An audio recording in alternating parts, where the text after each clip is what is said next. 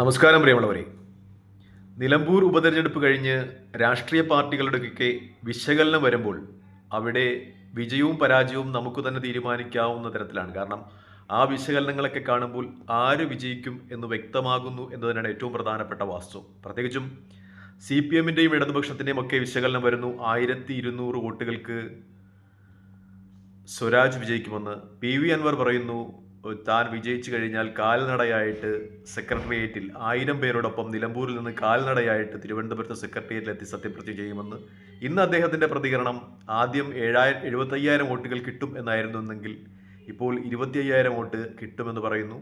ചില അവസരത്തിൽ അദ്ദേഹം പറയുന്നത് തൻ്റെ ലക്ഷ്യം പിണറായി സത്തെ പരാജയപ്പെടുത്തുകയാണ്, ആര്യാടൻ ഷൗക്കത്ത് വിജയിച്ചാലും അത് നേട്ടമാണെന്ന രീതിയിലൊക്കെ സംസാരങ്ങൾ വരികയാണ്. അപ്പോൾ അദ്ദേഹവും പ്രതീക്ഷ കൈവിട്ട രീതിയിൽ തന്നെയാണ് പ്രതികരിക്കുന്നത്. സി പി എം 1200 വോട്ടുകൾക്ക് വിജയിക്കുമെന്ന് പറയുമ്പോൾ അവരുടെ ചെറിയ നിഗമനത്തിൻ്റെ കണക്കുകൂട്ടലുകളുടെയൊക്കെ തെറ്റലുകൾ കൊണ്ട് പരാജയപ്പെട്ടു എന്ന ഒരു ആശ്വാസവാക്ക് പറഞ്ഞ് അവർക്ക് ഇതിൻ്റെ ഈ പരാജയത്തിൽ നിന്ന് രക്ഷപ്പെടാം എന്ന രീതിയിലാണ് അവരുടെ വിശകലനം എന്ന് തോന്നുന്നു. അതായത് എല്ലാ വിശകലനങ്ങളും വന്നു നിൽക്കുന്നത് ആര്യാടൻ ഷൗക്കത്ത് വിജയിക്കും എന്ന രീതിയിൽ തന്നെയാണ്. പ്രത്യേകിച്ചും ആ മണ്ഡലത്തിൽ നിന്ന് ആ മണ്ഡലത്തിലുള്ള ആളുകളുടെയൊക്കെ കോൺഗ്രസ് പ്രവർത്തകരുടെയൊക്കെ അവരുമായിട്ടൊക്കെ സംസാരിക്കുമ്പോൾ കിട്ടുന്ന വിവരവും ഏകദേശം 19,600 പരം വോട്ടുകൾക്ക് എല്ലാ പഞ്ചായത്തുകളിലും മുനിസിപ്പാലിറ്റിയിലും വ്യക്തമായ ലീഡോടുകൂടി ആര്യാടൻ ഷൗക്കത്ത് വിജയിക്കും എന്നതുമായി ബന്ധപ്പെട്ടാണ്.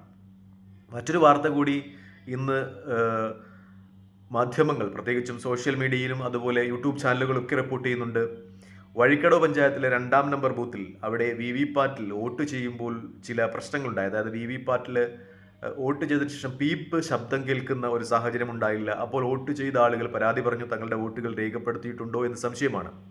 അങ്ങനെ എല്ലാ രാഷ്ട്രീയ പാർട്ടികളുടെയും ഏജന്റുമാർ ഒന്നു ചേർന്ന് ആ വി വി പാറ്റ് അതിൻ്റെ സ്ലിപ്പുകൾ പരിശോധിക്കുന്ന ഒരു തീരുമാനത്തിലെത്തി. അങ്ങനെ ആ സ്ലിപ്പുകൾ പരിശോധിക്കുന്ന അവസരത്തിൽ രാവിലെയായിരുന്നു, അതിരാവിലെ ആകെ 48 വോട്ടുകളെ അതുവരെ പോൾ ചെയ്തിട്ടുണ്ടായിരുന്നു ഉള്ളൂ. അങ്ങനെ ആ 48 വോട്ടുകൾ എണ്ണിക്കഴിഞ്ഞപ്പോൾ അതിൽ 42 വോട്ടുകളും സംശയത്തിൻ്റെ പേരിൽ വി വി പാറ്റ് വർക്ക് ചെയ്യുന്നുണ്ടോ എന്ന സംശയത്തിൻ്റെ പേരിൽ എണ്ണിയപ്പോൾ അതിൽ 42 വോട്ടും ആകെ 48 വോട്ടിൽ 42 വോട്ടും ആര്യാടൻ ഷൗക്കത്തിനാണ് എന്ന ഒരു റിപ്പോർട്ട് ഇന്ന് എല്ലാ മാധ്യമങ്ങളിലും പ്രത്യേകിച്ചും യൂട്യൂബ് ചാനലുകളിലൊക്കെ സംപ്രേഷണം ചെയ്യുന്നുണ്ട്. അത് നിലമ്പൂർ ഇലക്ഷൻ്റെ ഒരു നേർരേഖയായിട്ട് തന്നെ നമുക്ക് വിലയിരുത്താം. അതായത് ശക്തമായ ഒരു യു ഡി എഫിലേക്കുള്ള കുത്തൊഴുക്ക് ആ മണ്ഡലത്തിലുണ്ടായിരിക്കാം. പ്രത്യേകിച്ചും ഈ മണ്ഡലം, അതായത് ഈ വാർഡ് വഴിക്കടവിലെ പഞ്ചായത്തിലെ 2-ാം ബൂത്ത് എന്ന് പറയുന്നത് കഴിഞ്ഞ നിയമസഭാ ഇലക്ഷനിൽ അൻവറിന് 165 വോട്ടിൻ്റെ ലീഡ് കൊടുത്ത ഒരു ബൂത്താണെന്ന് പറയുന്നു. അപ്പോൾ അതിൽ നിന്ന് മാറി ഇപ്പോൾ ആര്യാടൻ ഷൗക്കത്തിലേക്ക് ആകെ 48 വോട്ട് പോൾ ചെയ്തപ്പോൾ അതിൽ 42 വോട്ടും ആര്യാടൻ ഷൗക്കത്തിനാണെന്ന് പറയുമ്പോൾ ആ മണ്ഡലത്തിൻ്റെ ഒരു സ്വഭാവം അതൊരു പൊതു സ്വഭാവമായി നമുക്ക് പരിഗണിക്കാം. അതായത് ആര്യാടൻ ഷൗക്കത്ത് ഒരിക്കൽ ഒരുപക്ഷേ കോൺഗ്രസും യു ഡി എഫും വിഭാവനം ചെയ്യുന്നത് പോലെ 19,000 പരം വോട്ടുകൾക്ക് തന്നെ വിജയിച്ചേക്കാവുന്ന ഒരു സ്ഥിതിവിശേഷമുണ്ട് എന്നത് തന്നെയാണ് ഏറ്റവും പരമപ്രധാനമായ സത്യം ആ മണ്ഡലത്തിലെ ഉപതെരഞ്ഞെടുപ്പിനെ കുറിച്ച്. മറ്റൊന്ന്,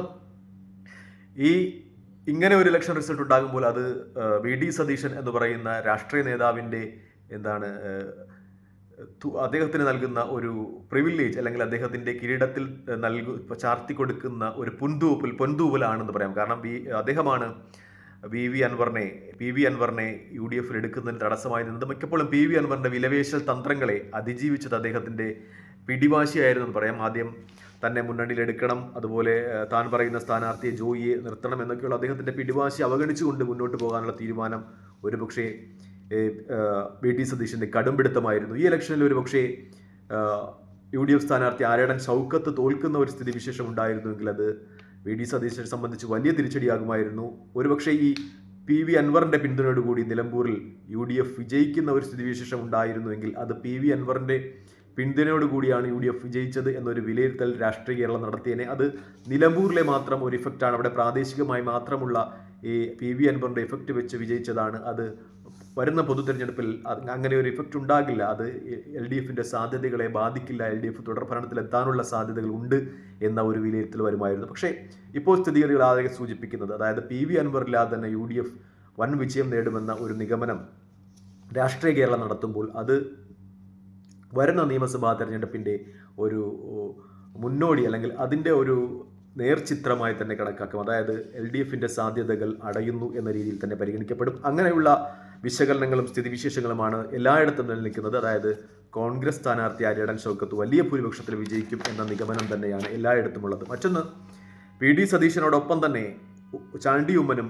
കോൺഗ്രസിൻ്റെ മുഖ്യധാരയിലേക്ക് വരുന്നു എന്നതാണ്. നേരത്തെ രാഹുൽ മാങ്കൂട്ടത്തിൻ്റെയും ഷാഫി പറമ്പലിൻ്റെയും ഒക്കെ ഇമേജിന് മുന്നിൽ, അവരുടെ ഒക്കെ ഒരു പ്രഭയ്ക്ക് മുന്നിൽ മങ്ങിപ്പോയ ചാണ്ടി ഉമ്മൻ, അദ്ദേഹത്തിൻ്റെ പ്രകടനം വലിയ മികച്ചതായിരുന്നു, വളരെ രീതിയിൽ പ്രശംസിക്കപ്പെട്ടതാണ് ഇവിടെ നിലമ്പൂരിൽ. അതായത് അദ്ദേഹം 3000-ൽ-അധികം വീടുകൾ കയറി ഇറങ്ങി വോട്ട് പിടിച്ചു എന്ന വാർത്ത വരുന്നു. മാത്രമല്ല അദ്ദേഹം ജനങ്ങളുമായി വളരെയധികം ഇടപഴകുന്ന രംഗങ്ങളും പ്രവർത്തകരുമായി വളരെ സൗഹൃദത്തിൽ പോകുന്ന രംഗങ്ങളും ഒക്കെ സോഷ്യൽ മീഡിയയിലും അതുപോലെയുള്ള സ്ഥലങ്ങളുമൊക്കെ നിറഞ്ഞു നിൽക്കുകയാണ്.